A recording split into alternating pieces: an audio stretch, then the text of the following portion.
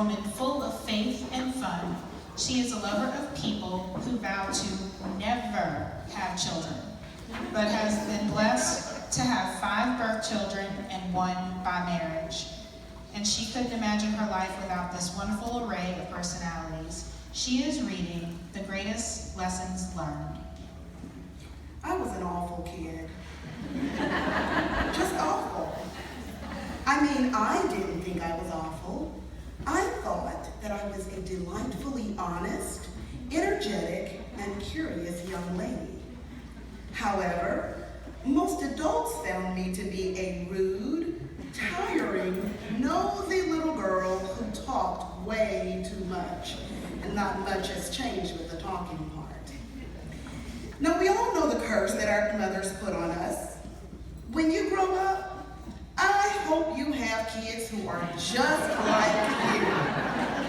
Well, I certainly hope so, I would think.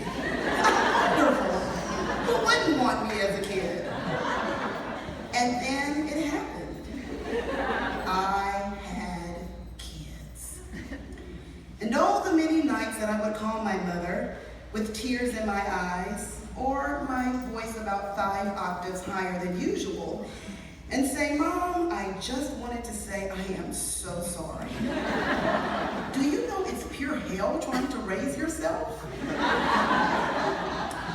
Having 5 children was tiring, and although I was young and a vibrant woman, I could never get their names right. I called Maya, I mean Donald, I mean Jordan, but really I wanted Jonathan. And isn't it amazing that no matter how many wrong names you call your children, the right ones always seem to show up because they know who you're looking for? Now, whoever coined the phrase, "kids say the darndest things," knew some shit. Children are a wonderful experience. They are full of life and energy. They are precocious, innocent, and honest. And through my 27 years of raising my children, I have learned that in everything you experience with them, learn the lesson.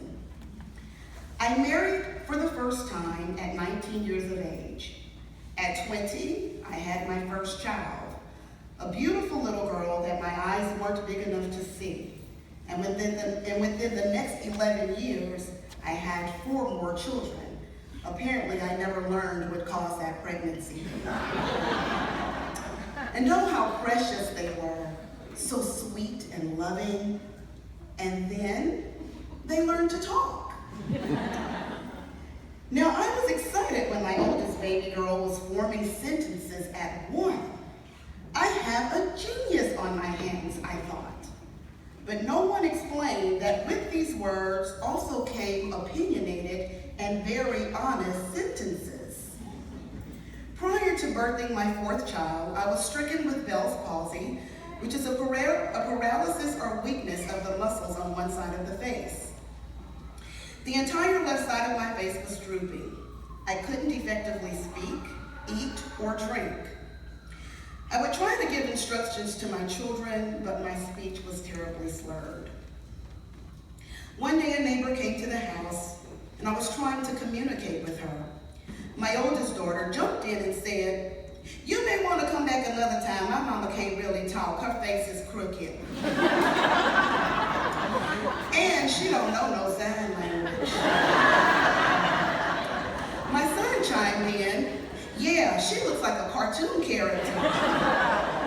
But if you're ever sad and you want to laugh, you can just come and watch her talk to us, because it is really funny." Lesson learned. Never allow your children to sit in a room with you and adult company unless you have no embarrassing stories to tell or you have a muzzle for their precious little faces. I'd also gained quite a bit of weight after birthing my 4th child, and I was going through a slight bit of depression. I put on a pair of shorts that were clearly too small as I cleaned the house in hopes that it would motivate me to lose weight. My firstborn, my heart, my genius, looked at me in complete disgust and said, "Oh my God, you are so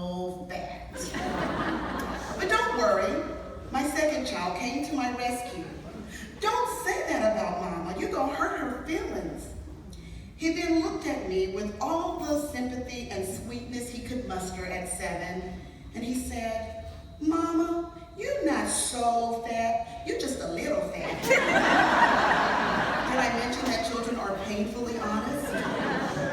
Lesson learned. Always, always, always wear clothes that fit. Having a house of 5 children was exciting, never a dull moment. When all of my children became older, they decided to form a singing group. My oldest was the lead singer, of course. Now, as talented of a dancer and thespian as she was no singer. Her background vocalists, who were her siblings, were, however, wonderful singers, especially her younger sister. One day during a rehearsal, the younger sister said to the firstborn, "Can I try and sing the lead?" After thinking for a couple of seconds, my oldest said, "Sure, let's see what you got." My precious middle child sang beautifully, even better than I thought that she could, and a lot better than that current lead. My oldest looked at her, very saddened, and sympathetically rubbing her sister on the back, said, "That was horrible. I'll keep the lead." Lesson learned. When encouraging your kids that they are great and that they are the best at everything, remind them to truly appreciate and value others too, and celebrate their greatness.